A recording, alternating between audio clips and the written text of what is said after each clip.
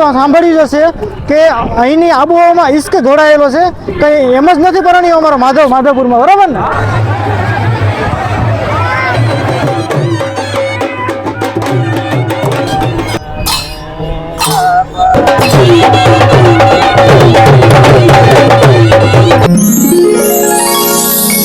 તો મિત્રો પહેલાં તો બધાને જય માધવરાય અને જય માતા રૂક્ષ્મણી.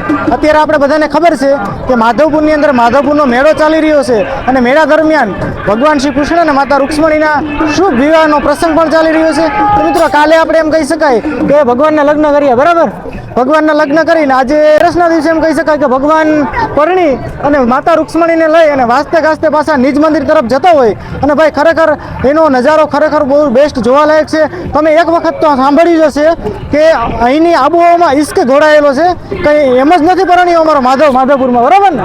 તો મિત્રો ખરેખર ભગવાનના પોખણા થવાના છે અને ભગવાનની જાન પણ પ્રસ્થાન થઈ ચૂકી છે મેળા તરફ. અને આખું માધવપુર એમ કહી શકાય કે આજે માધવના રંગથી રંગાવાનું છે, બરાબર ને?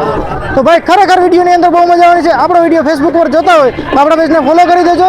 યુટ્યુબ ઉપરથી જોતા હોય તો આપણી ચેનલને સબસ્ક્રાઈબ કરી દેજો. ચાલો તમારો થોડોક પણ ટાઈમ વેસ્ટ કરવા વગર ફટાફટ પોખણાની સાથે જોડાઈ જઈએ. મિત્રો હાલ એમ કહી શકાય કે ભગવાનની જાન છે એ ચોરી માર્યાથી એટલે કે માતા રૂક્ષ્મણીના મંદિર તરફથી ભગવાનના નિજ મંદિર તરફ જઈ રહી છે, એટલે કે માધવરાયનું મંદિર ગોળચોકની અંદર ત્યાં સુધી જશે. અને અત્યારે તમે જોઈ શકો છો અલગ અલગ જગ્યાએ એમ કહી શકાય કે ભગવાનને વિશ્રામ આપવામાં આવતો હોય અને અહીંયાથી વિશ્રામ પૂર્ણ કરી, કીર્તન પૂર્ણ કરી અને ભગવાનની જાન છે એ રાહીતર તરફ પ્રસ્થાન કરી રહી છે. તમે જોઈ શકો.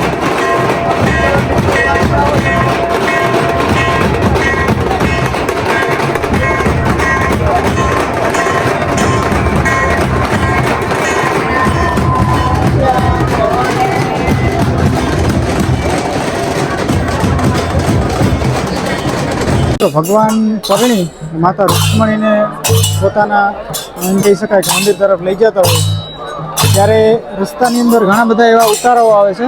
અત્યારે હાલ તમે જોઈ શકો છો સુંદર ભવનની અંદર મોટી માત્રામાં એમ કહી શકાય કે સંતો ભક્તો શ્રદ્ધાળુઓ ભગવાનની જે જઈ રહી જાન છે એનો આનંદ લઈ રહ્યા છે. અને તમે જોઈ શકો છો જ્યાં જ્યાં ઉતારો હોય ત્યાં આપણે ખબર જ છે કે કીર્તન કરી ભગવાનને એમ કહી શકાય કે આશ્વાસન મળતું હોય.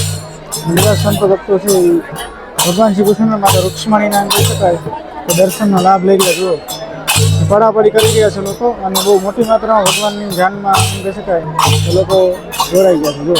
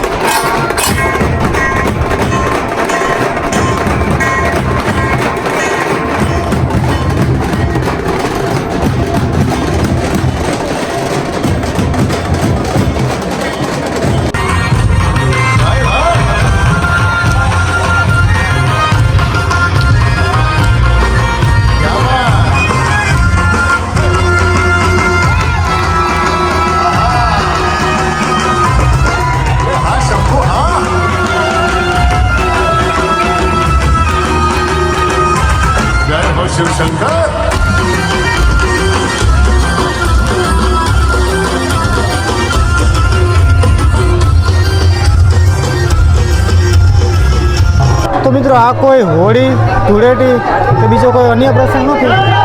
અને એમ કહી શકાય કે અમારા માધવપુરની અંદર જ્યારે માધવરાય પરણી અને પાછા નિજ મંદિરે માતા રૂક્ષ્મણીને લઈને જાય ત્યારે ભાઈ ભગવાનની જાનમાં સંતો ભક્તો અને માધવપુરવાસીઓ જે અબીલ ગુલાલથી જાનને વધાવે અને ભાઈ જાનને ઉજવે છે એનો ખાલી તમે માહોલ જુઓ અને એની ખુશી જુઓ. તમે ખાલી ઢોલ નગારા અને શરણાઈ જુઓ ભાઈ. થોડી ક્ષણોની અંદર એમ કહી શકાય કે કોઈના મોઢા ઓળખાશે નહીં, તમામના મોઢા, કપડાં અને આખી માધવપુરની બજાર માધવરાયના રંગે રંગાઈ જશે. ખરેખર ભાઈ આવો પ્રસંગ છે એ અમારા માધવપુરમાં દર વર્ષે ચૈત્ર મહિનામાં ભગવાનના લગ્ન ઉપર થતો હોય છે. જુઓ ભગવાનની જાન એમ કહી શકાય કે માધવપુરની મેઇન બજારની અંદર પ્રવેશ કરે ત્યારે ભાઈ ગામના લોકો અથવા તો આજુબાજુના જે કંઈ માધવ પ્રેમી લોકો છે એ ભાઈ ગલાલ લઈ અને ભગવાનની જાનમાં આવતા હોય અને ભાઈ હરખ જુઓ બધાનો કોઈ રંગે રંગાયું છે, તો કોઈ ભક્તિથી રંગાયું છે, તો કોઈના ચહેરા પર હરખના એમ કહી શકાય કે કોઈની આંખોમાં હરખના આંસુ છે, તો કોઈના ચહેરા ઉપર ભગવાનના લગ્નનું સ્મિત છે. અને ભાઈ તમે જોઈ શકો છો ભગવાનની જાન એમ કહી શકાય કે માધવપુર મેઇન બજારની અંદર પ્રવેશ કરી ચૂકી છે.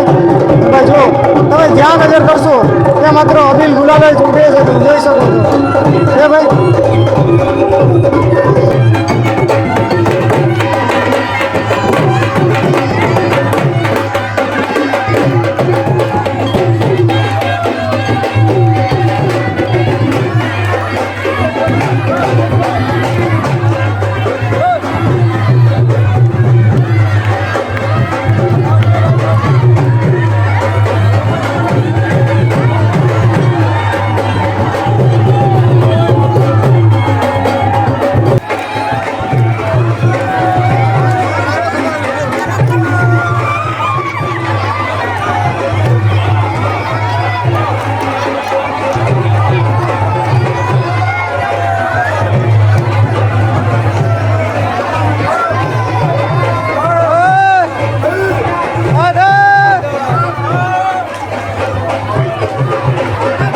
ભાઈ એમ કહી શકાય કે ભગવાનની જાન છે એ પરણી અને નિજ મંદિર તરફ પ્રસ્થાન થઈ ચૂકી છે. તમે જોઈ શકો છો જે કાંઈ માધવ ભક્તો છે એ માધવના રંગે અત્યારે રંગાઈ ગયા છે. અને ભાઈ તમે જોઈ શકો છો બધાના હાથની અંદર અલગ અલગ પ્રકારના બધા જ તમામ રંગો, ગુલાલ, અબીલ ગુલાલ, અને બધા એના મોઢે માધવનું નામ અને હાથમાં રંગ, અને ભાઈ બધા પોતે માધવના રંગે રંગાઈ ગયા તમે જોઈ શકો છો.